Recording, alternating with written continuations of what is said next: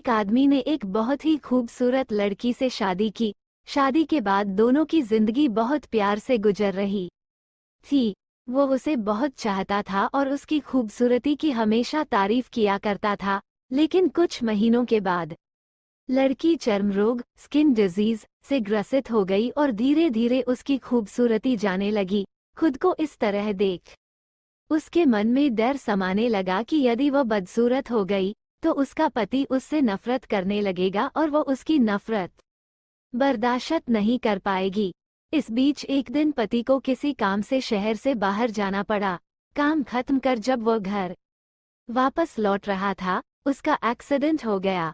Accident में उसने अपनी दोनों आंखें खो दी, लेकिन इसके बावजूद भी उन दोनों की जिंदगी सामान्य तरीके से आगे बढ़ती रही। समय गुजरता रहा और अपने चर्म रोग के कारण लड़की ने अपनी खूबसूरती पूरी तरह गंवा दी। वो बदसूरत हो गई, लेकिन अंधे पति को इस बारे में कुछ भी पता नहीं था, इसलिए इसका उनके खुशहाल विवाहित जीवन पर कोई प्रभाव नहीं पड़ा। वो उसे उसी तरह प्यार करता रहा। एक दिन उस लड़की की मौत हो गई। पति अब अकेला हो गया था। वो बहुत दुखी था। वो उस शहर को छोड़कर जाना चाहता था। उसने अंतिम संस्कार की सारी क्रियाविधि पूर्ण की और शहर छोड़कर जाने लगा।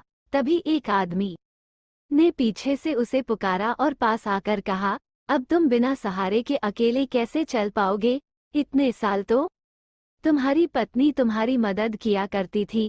पति ने जवाब दिया, दोस्त, मैं अंधा नहीं हूँ।